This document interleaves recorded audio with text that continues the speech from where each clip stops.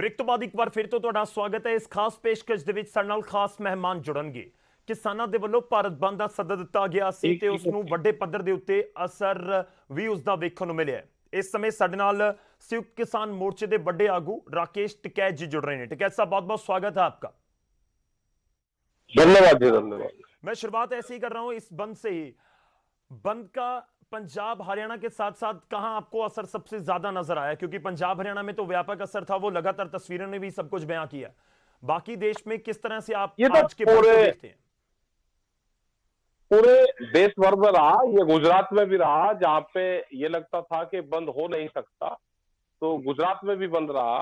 और ये कर्नाटक, आंध्रा, तमिलनाडु, वहां पे भी इसका असर देखने को मिला है जी। सब लोग लिख रहे, छत्तीसगढ़, केरला, जितने भी स्टेट हैं जो हमारे साउथ के स्टेट है, तो इनमें सब में बंद का असर पूर्ण रूप से देखने को मिला है। छत्तीसगढ़ सब जगह लोग सड़कों पर आए और उन्होंने अपनी बातचीत रखी और वहां के दुकानदार वे सब लोग इसमें साथ रहे हैं।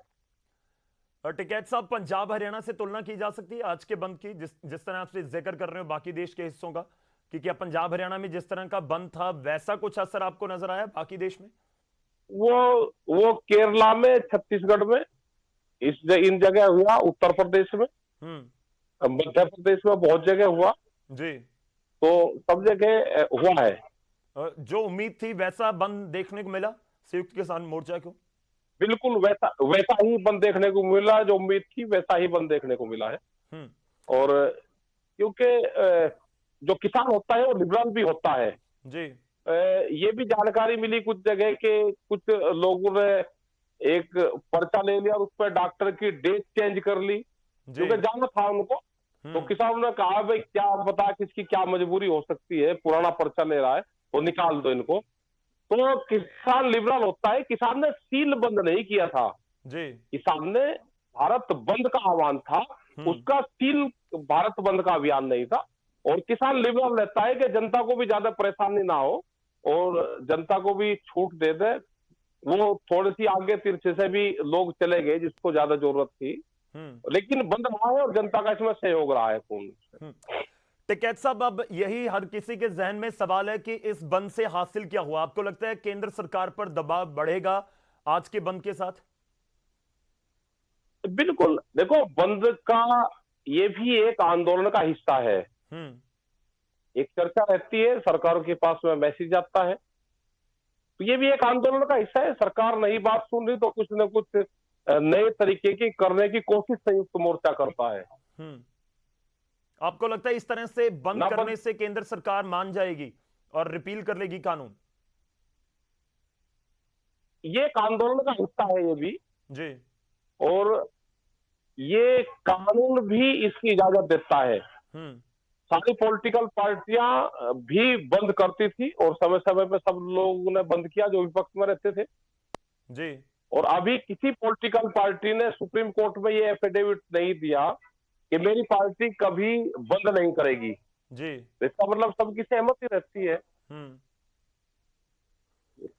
आप पॉलिटिकल पार्टी का जिक्र कर रहे हो, लेकिन मैं बीजेपी के एक स्टेटमेंट का जिक्र कर दूं। पंजाब के नेता बीजेपी के कह रहे हैं कि ये बंद नहीं है, ये गुंडागर्दी है।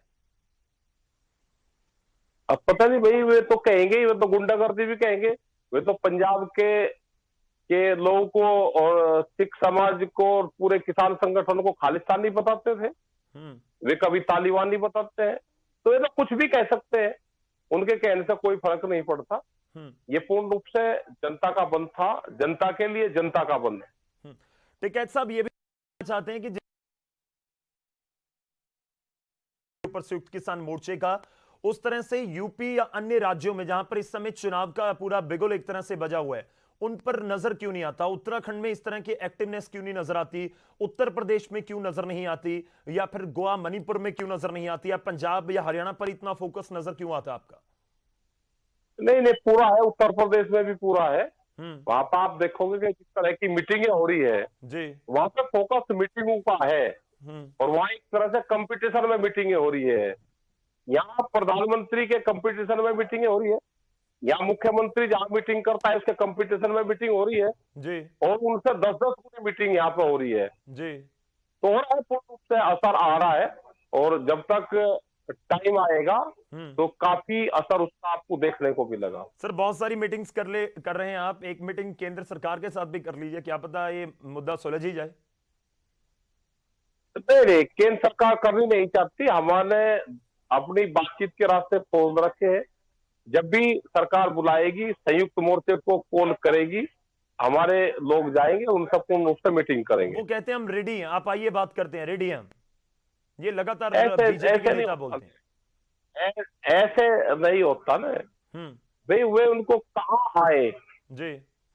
वो जगह बताएंगे, स्थान बताएंगे, कहाँ पे आएंगे वो बताएंगे।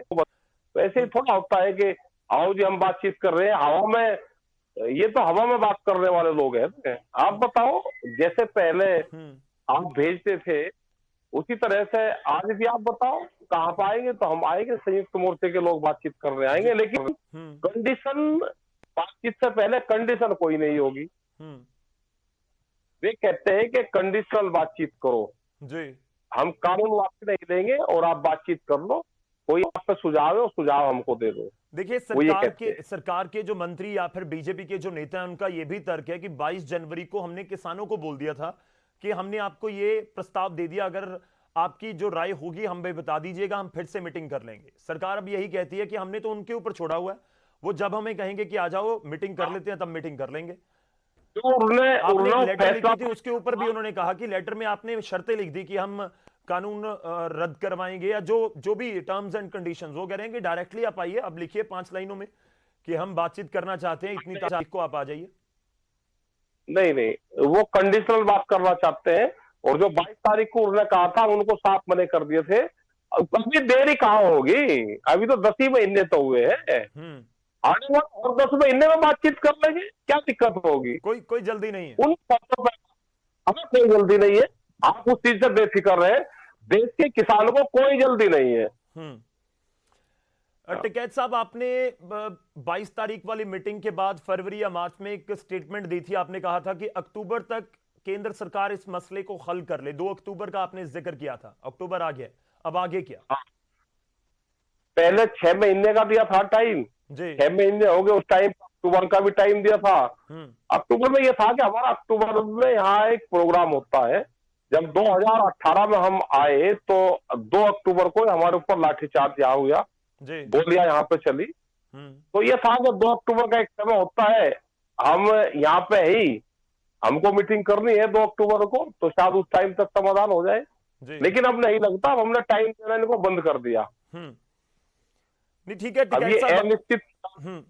आप जो 10 महीने या 10 साल वाली बात करते हैं वो एक बयान के तौर पर सुनने में अच्छा लगता है, लेकिन आप भी जानते हैं कि बुजुर्ग बैठे हुए हैं दिल्ली में सड़कों के ऊपर, आप भी चाहते होंगे अंदर से कि जल्दी से मसला हल हो जाए, तो पर कैसे होगा ये? 10 महीने और बैठे रहेंगे, दिक्कत तो है ना, वो चाहे किसी के लिए भी हो, आम लोगों के लिए हो, किसानों के लिए हो, सरकार के लिए हो, किसी के लिए हो। तो सरकार करेगी ना इसका, हम कैसे करेंगे जी भाई? हमको बता दो, हम कैसे समाधान करें। सरकार करेगी, बगैर समाधान के किसान जाएगा नहीं, ये निश्चित है। नहीं, बिना समाधान का भी मतलब बता दीजिए कि रद्द करवाए बिना नहीं जाएंगे। बिल्कुल नहीं जाएंगे। एमएसपी पे गारंटी कानून जी, 3 कानून रिफिल, नहीं समाधान आंदोलन खत्म हो जाएगा। उसके बाद में एक कमेटी बनेगी जी, जो और मसले होंगे वो कमेटी तय करती रहेगी। ठीक है, ऐसा बहुत बड़े बड़े मसले मध्यस्थता के साथ खत्म हो गए, बीच का कोई रास्ता निकाल लिया गया। इसमें आपको नहीं लगता बहुत बड़े बड़े नेता, अब किसान नेता भी बन चुके हैं, तो कोई ना कोई बीच का रास्ता सोचना चाहिए सरकार को भी, आपको भी? कंडीशंस तो दोनों तरफ से होगी ना, आपकी तरफ से भी है, उनकी तरफ से भी। आप कहते हैं रिपील कीजिए, वो कहते हैं रिपील नहीं करेंगे, दोनों तरफ से कंडीशंस हैं। वो सरकारों को, आप ये बातें सरकार को जरूर आप बताओ, सरकार की समझ में कोई चीज आ जाए तो उसको जरूर बातचीत। नहीं, आप कोई बीच का रास्ता निकल सकता है? कह रहा कि बातचीत से रास्ता निकलेगा, सरकार बात ही नहीं करना चाहती, सरकार कंडीशन लगा के बात करना चाहती है, तो कंडीशन पर तो बातचीत नहीं होगी। नहीं, दोनों तरफ से कंडीशन है ना। क्या आप कंडीशन छोड़ने को तैयार हैं कि मैं भी कोई कंडीशन नहीं, हम भी कोई कंडीशन नहीं लगा रहे, सरकार भी कोई कंडीशन ना लगाइए, आओ बात करें? हमने ये कहा है कि कोई भी बातचीत होगी वो मकान के अंदर होगी, सरकार को कोई अपना पक्ष रखना है, वो मकान के अंदर बताए। नहीं, बीजेपी वाले नेता ये भी कहते हैं कि 5 लोग आइए ना, अब 40 आ जाते हैं, बात ही नहीं हो पाती। वो उनके एडवाइजरी में नहीं हम चलते ना, वो हमारा एडवाइजर है, ये 5 बताएंगे। वे भी तो 40 आते हैं, वे 5 आते हैं क्या कोई? जी। वे भी 40 आते हैं। हम्म। उनके 4-5 मंत्री आते हैं, कंसल्ट अधिकारी उनके आते हैं, जी। तो उनका भी 40 आदमी का स्टाफ है पूरा। टिकैत साहब, एक और बीजेपी के नेता कहते हैं कि देखिए कानून तो लागू ही नहीं हुए, स्टे है उसके ऊपर, सुप्रीम कोर्ट ने बोल दिया था लागू मत कीजिए, जब लागू ही नहीं हुए तो फिर क्यों आंदोलन, क्यों बंद किए जा रहे हैं, क्यों इस तरह से आप अगले अगले प्रोग्राम बना रहे हैं? हाँ, लागू तो नहीं हुए तो हो जाएंगे ना लागू, उसमें क्या दिक्कत है? लागू नहीं हुए अभी, जी। लागू तो हो जाएंगे। आधे रेट में फसल बिक रही है, एमएसपी पे गारंटी कानून नहीं है, ये फसल आधे रेट में किसान बेच रहा है, तो हो जाएंगे लागू। होने में 5 महीने तो रहेंगे, हो जाएंगे लागू। मेरे एक और सवाल है, क्योंकि ये भी लोग जानना चाहते होंगे, क्योंकि देखिए परेशानी तो होती है, आप भी समझते हैं इस चीज को, कि जब बंद होता है, कोई रोड ब्लॉक है, तो फिर लोगों को दिक्कत होती है। आपको लगता है कि वो भी जवाबदेही तय होनी चाहिए? हाँ, जवाबदेही तो सरकार की तय होनी चाहिए ना, कि बंद क्यों हो है, सरकार की तय होनी चाहिए।